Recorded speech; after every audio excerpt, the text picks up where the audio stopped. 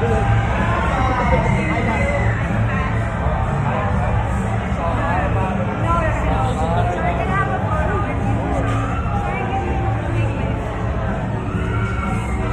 naman po yung Eliza Paul. There you go.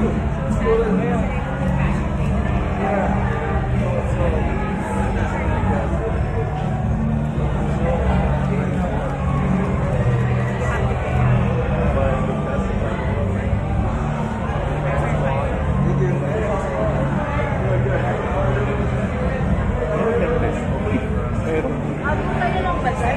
Abot ko na rin po.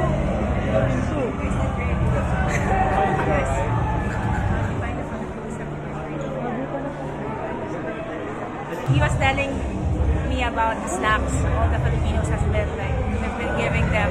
It's, I think one of his favorite would be Napoleones now. So if you guys want to give them Napoleones, I think they will finish it. Aside from that, I think he's sharing about the qualifying stuff, the number of sets they need to qualify. So they're really having, well, they were kind of disappointed with the result, but he was telling me that they need to practice more and rest for the Olympics. So yeah, I don't know. How did it feel naman talking to him?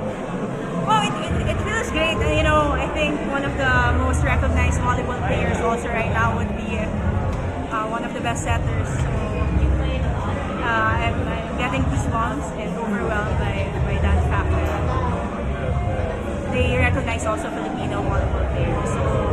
So salamat. So we'll be supporting all of them in the following months. Ano isa yung ano lang, gaano lang kalaki sa tingin mo for the Philippine volleyball yung mga pag-host tayo ng mga ganitong klase of events with the superstars in the world now? You know what? Sa amin pa nga lang, ang dami namin natututunan. What more visually also, most especially yung mga nagsisimula pa lang sa volleyball, maganda exposure na sa kanila. So hopefully, mas maganda yung ipakita natin at mag-improve tayo sa team. And sana mag-start din to na mas panoorin yung Spikers Turf and the buong volleyball games, and support natin din as we support the other teams here in the Philippines.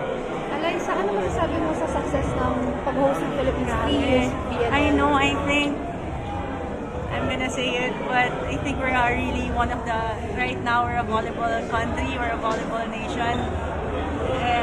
Napakasayang makita na punong-punong yung arena, supporting and really, alam mo yun, it's so nice, they're all cheering for both USA and Japan in today's game. So napakagandang scenario, sitwasyon din dito sa loob ng arena. So we're just really hoping na magtuloy-tuloy itong suporta ng buong volleyball community sa volleyball in general here in the Philippines and all over.